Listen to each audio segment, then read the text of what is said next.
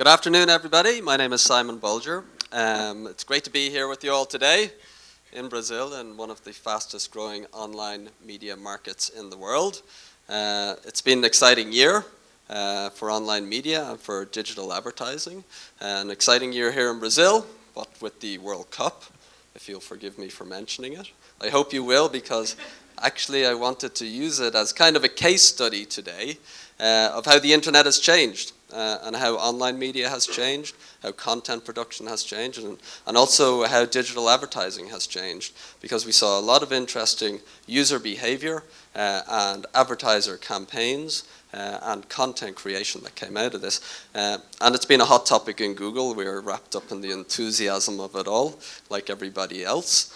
And we saw a lot of user behavior. In fact, we had something like, I think, over 2 billion user queries related to the World Cup, which is a huge volume of user interest. And interestingly, an interesting fact coming out of this, as we looked at the trends within those queries, was that during the final match, Argentinians searched 66 more times for the prayer, Our Father, than they did for the theme music to the World Cup. So take from that what you will. But also related to sort of soccer and big events, football and big events, there was a New York Times journalist called Roger Bennett who mentioned that, well, in his words, we skip that one, in his words, he feels like soccer is the perfect sport for the internet. Because fans can connect and share and in these always-on environments, share information and share facts. And we also had something similar happening with Google. When you search for example, two teams, you would get back right away the information that you wanted with the real-time match results. And a lot has changed if we take sort of World Cup 2014 versus 4 years ago, if we treat this as a study of how the internet has evolved.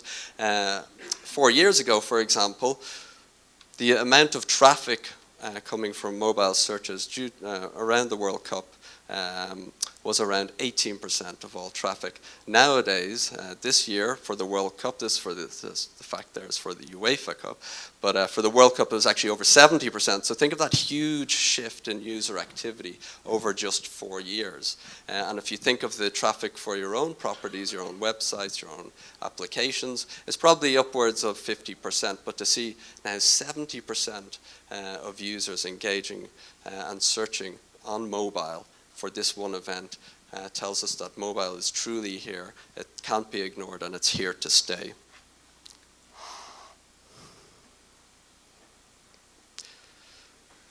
One of the other interesting things that we saw during the World Cup was how advertisers engaged with this medium.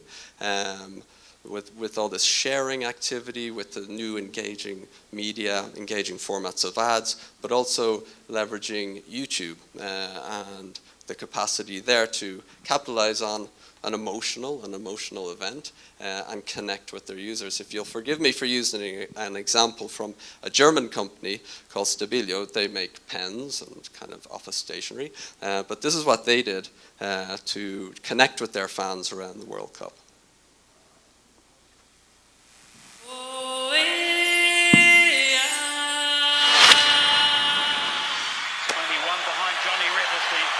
All-time leading scorer for the Dutch. The ball's dangerous. Oh! Can you believe it? Australia have done it! Rames, ele costuma dizer, e não James, só tem 22 anos. Dominou e olha só, sem deixar cair. Golaço de Rames Rodrigues. Oh, nu aan de linkerkant van het veld. Deli Blind komen. Misschien wel met één geniale bal. Dit is geen buitenspel bij Van Persie. Van Persie. En die komt er erin. Ja! Het is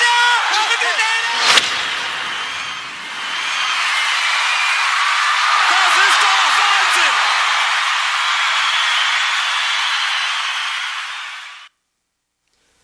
Fantastic marketing, cheap. It was shared a lot. 1.6 million people viewed and shared that. highly effective for them.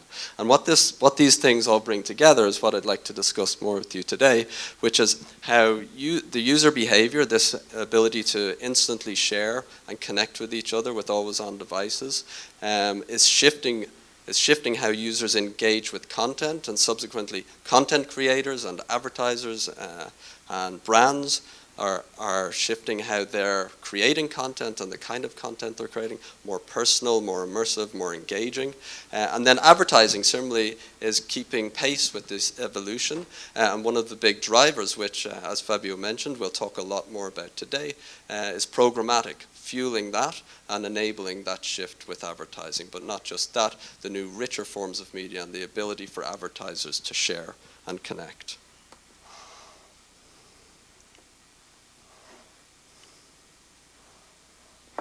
Skip that one. One of the interesting things actually that's come up sort of in the last couple of years is this phenomenon of the selfie, right? Here's a good example of how that was exploited during the World Cup, with Podolski sharing a selfie of himself and another player. This was reshared, retweeted 88,000 times. Imagine the activity there from the user base and the fan base, but that was nothing compared to the volume of tweets that happened during the final match, which hit a peak of over 600,000 tweets per minute. So that's a lot of multi-screen activity, a lot of sharing activity coming out of the user base, and this simply wouldn't have happened. It wouldn't have been able to happen 4 years ago. So it's interesting to think of how this continues to evolve, with things like new devices coming on stream, for example, wearables, smartwatches, the Android watch, for example. But not just that. Think forward a couple of years, Android for Auto, connected cars, for example, or even connected devices in the home. Google recently acquired a company called Neste, which makes smoke detectors, connected smoke detectors and thermostats. And all of these things are going to shift how we think about content creation. What does your content, what does your news, your game, your e-commerce platform look like when it's being accessed through a wearable device? What kind of strategy will you have to have? What kind of user experience will you need to develop for that environment? And the way brands are approaching this is to give more immersive, more engaging experiences. I'm sure you've all heard of the Red Bull jump from the stratosphere. Got a huge online audience. And people didn't even mind that this was being created by a brand, an advertiser, rather than a media company, right? Although Red Bull in themselves are becoming a bit of a media company. And we're doing similar things with advertisers. For example, during the New York Fashion Week, we worked with a couple of brands like Fendi, an Italian clothing company, to live stream their fashion show using drones flying around the catwalk, and then live stream that to their site. Or we worked with another brand, Tory Burch, on a programmatic campaign, so they could send engagement ads across the Google display network. Users would engage with these ads, it would expand, and what it would expand to would be a live stream of their catwalk show. So advertisers and brands are thinking of new ways to create experiences, and similarly publishers and traditional media developers need to also be thinking about experiences and what they're offering and how they're engaging their audience. The Guardian have approached this in multiple ways, but one of the ways they've done that is to leverage online video. And they're using this a lot with YouTube. They've got something like 4 channels on YouTube, 100,000 subscribers to those channels. And they did a lot of work on this actually around the World Cup to engage with their audience. That allows them to build their brand with their audience, but also attract it back to their properties. And here is an example of what they did during the World Cup. I'll just play about 30 seconds.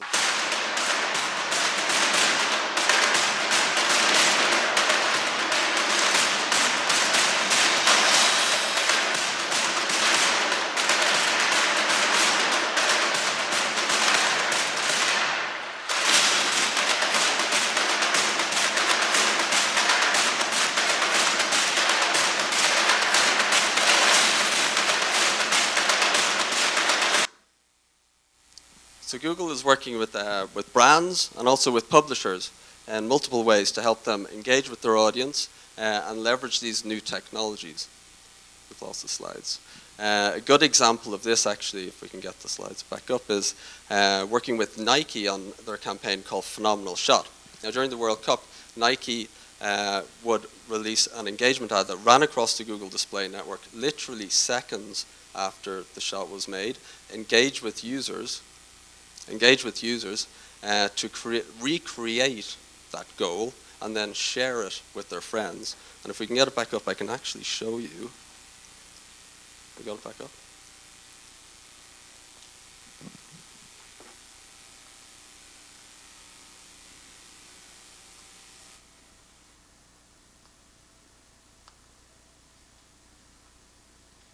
I can actually show you what that looked like. Sorry.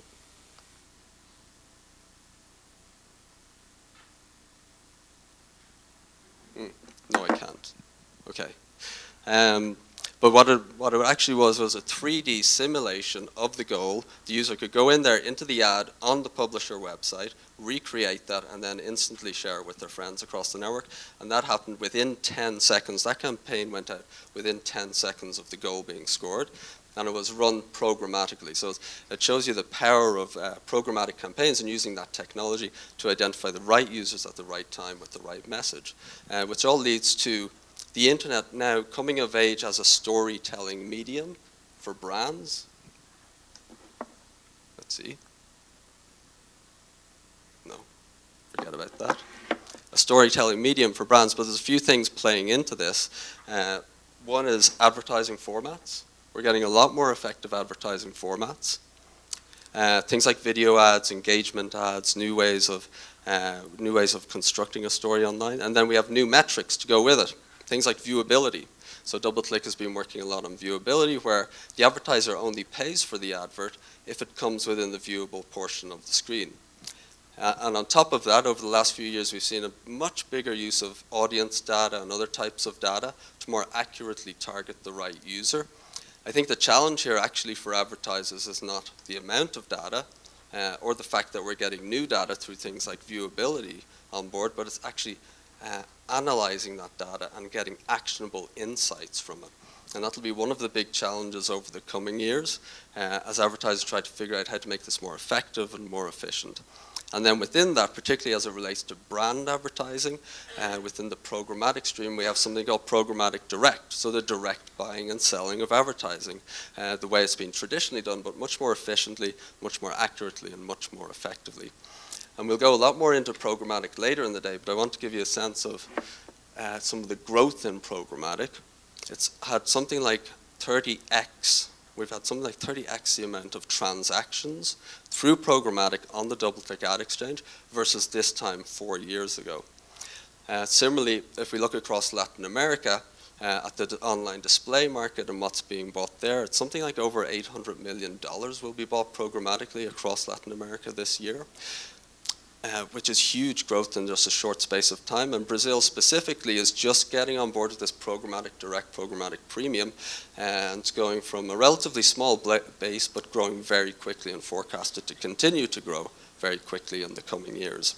So we're here to work with you to figure this stuff out.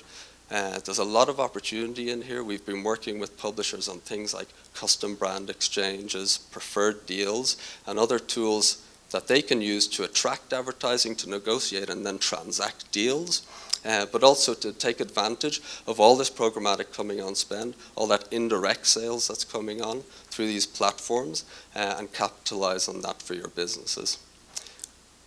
So if you think about all of these pieces coming together and how they're going to affect your business in the next 4 years, think about standing here in 2018, what will this look like?